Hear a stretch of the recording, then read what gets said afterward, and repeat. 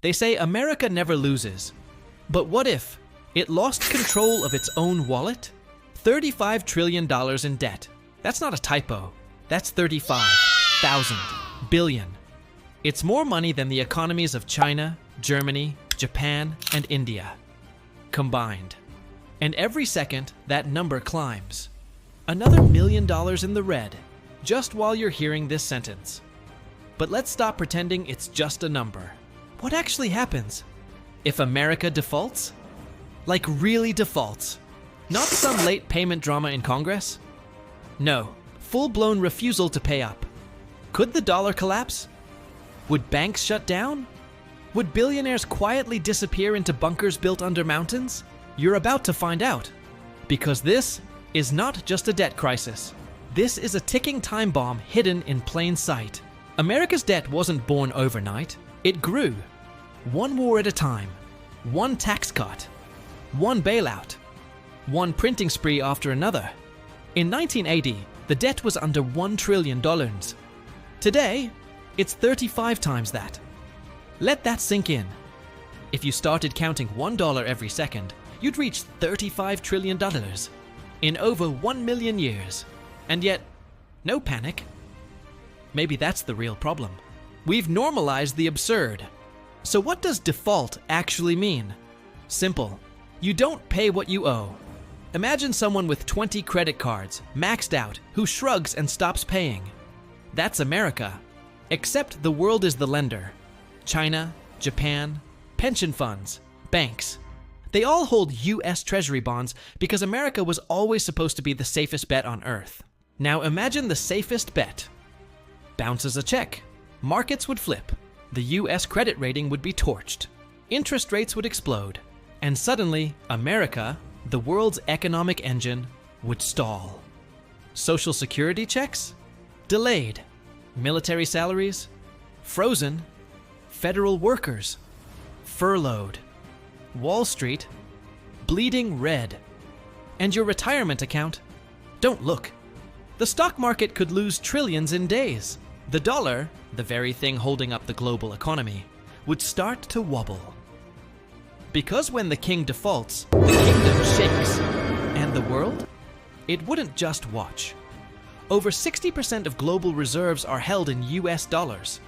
Countries peg their currencies to it. Entire economies orbit around it.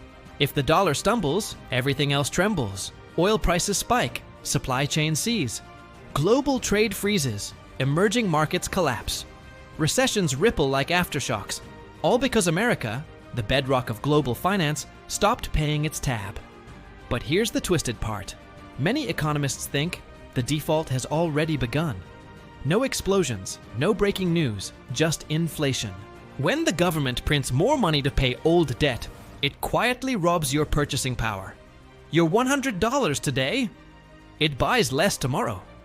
That's not budgeting. That's a slow bleed. A soft default. No smoke, no fire, just erosion. And don't think this ends with economics, because debt, at this level, isn't just financial. It's psychological. Trillions start to feel like imaginary numbers.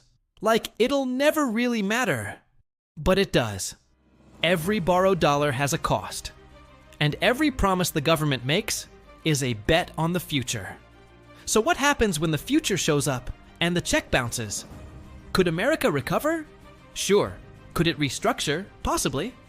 But the real question is, how much trust survives after that? Because money is trust. And once the world loses trust in the dollar, the game changes. The world might look for a new reserve currency. Maybe the euro, maybe the yuan, maybe something digital. But once the baton is passed, it never comes back. Now let's go deeper. Let's visit countries where default already happened. Argentina, 2001, banks locked. People banging on metal shutters, screaming to withdraw savings. Retirement wiped, stores looted. Inflation over 70%. Greece, 2010. Mass protests, homelessness, suicides. An entire generation labeled the lost decade. Sri Lanka, 2022. Fuel stations closed, no electricity, government toppled. Default doesn't just affect wallets, it ignites revolutions. Now bring that home. What would it look like in your neighborhood? Picture a regular family in Ohio. Dad's pension is frozen. Mom's job at the federal office gone. Mortgage payments spike. Groceries double. But worst of all, the uncertainty. No one picks up the phone at the bank. No one knows what tomorrow's dollar is worth. No one's in control. And in that silence, panic grows. Meanwhile, the elites prepare. Private jets fuel up. Assets move to Switzerland. Off-grid bunkers in New Zealand. They always know before you do. They hedge while the rest hope. And in crises, hope is the most expensive currency. But how would you even know it's happening? That's where the media comes in. They won't say default. They'll say debt ceiling disagreement. They'll say technical delay. They'll say short-term liquidity crunch. Because if they called it what it is, markets would melt in minutes.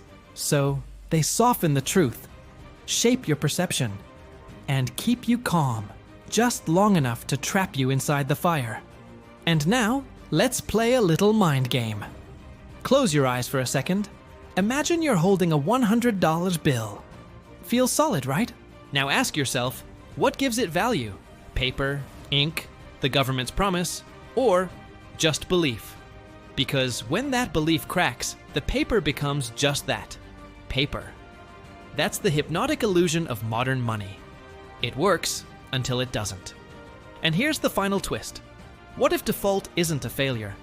What if it's a plan? Collapse creates opportunity for those who know how to profit from it. Every time a system breaks, wealth doesn't disappear. It transfers from the public to the prepared.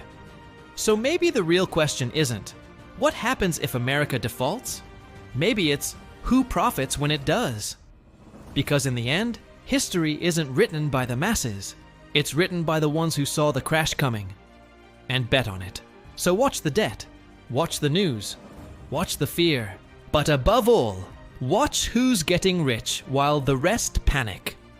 Because they already know the real currency is control. And once you lose that, nothing else matters.